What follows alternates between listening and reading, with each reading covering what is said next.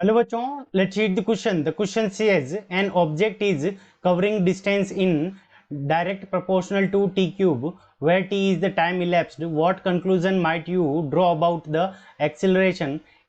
Is it constant or increasing or decreasing or zero? ठीक है बच्चों, सो इस क्वेश्चन के अंदर हमें क्या दे रखा है कि किसी भी ऑब्जेक्ट की जो डिस्टेंस कवर्ड है वो क्या है कि टाइम के क्यूब के प्रोपोर्शनल है। सो इस क्वेश्चन को करने के लिए हम क्या करेंगे की कंसेप्ट अप्लाई करेंगे।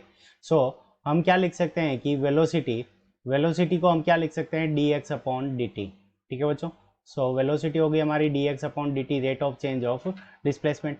फिर सेकेंड नंबर एक्सिलरेशन हमारा क्या होगा, acceleration A is equals to, तो acceleration A is equals to हमारे क्या होगा d we upon D T, और v को हम क्या लिख सकते हैं d x upon D t.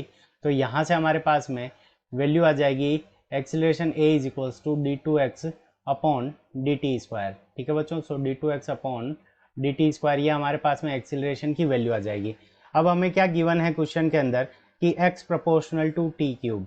So यहाँ से हमारे पास में आ गया x proportional to t cube. अब प्रोपोर्शनलिटी का जब हम साइन हटाएंगे तो यहाँ पे एक कॉन्स्टेंट आ जाएगा, तो x इज इक्वल्स टू हम क्या लिख सकते हैं के T cube. X is equals to हमारे पास में क्या आ गया के T cube.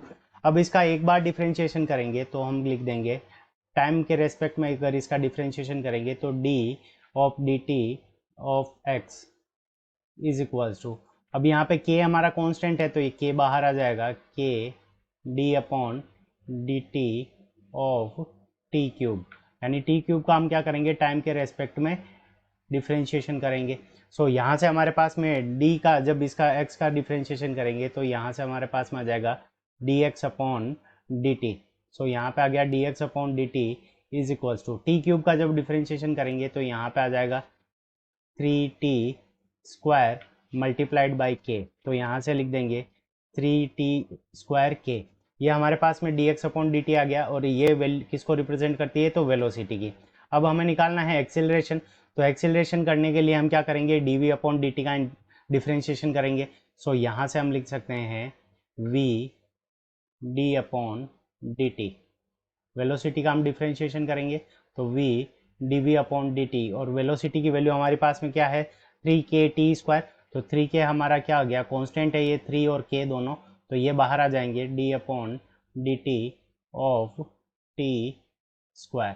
So D upon D T of T square, इसका डिफ्रेंशिएशन करेंगे हम विद रेस्पेक्ट टू टाइम, तो यहाँ से हमारे पास में D we upon D T को हम क्या लिख सकते हैं acceleration A is equals to, तो यहाँ पे टी स्क्वायर का जब टी के रेस्पेक्ट में डिफ्रेंशिएशन करेंगे तो 2t आगे आ जाएगा, तो 2 आगे आ जाएगा तो 2 इंटू 3 ये हो जाएगा 6kt।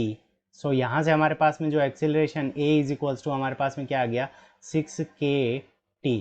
ठीक है बच्चों, अब देखो एक्सेलरेशन a की जो वैल्यू है वो किसके ऊपर डिपेंड कर रही है प्रोपोर्शनल टू t है, तो इसका मतलब एक्सेलरेशन टाइम के साथ में क्या होगा इंक्रीज होगा, और जब व्हेन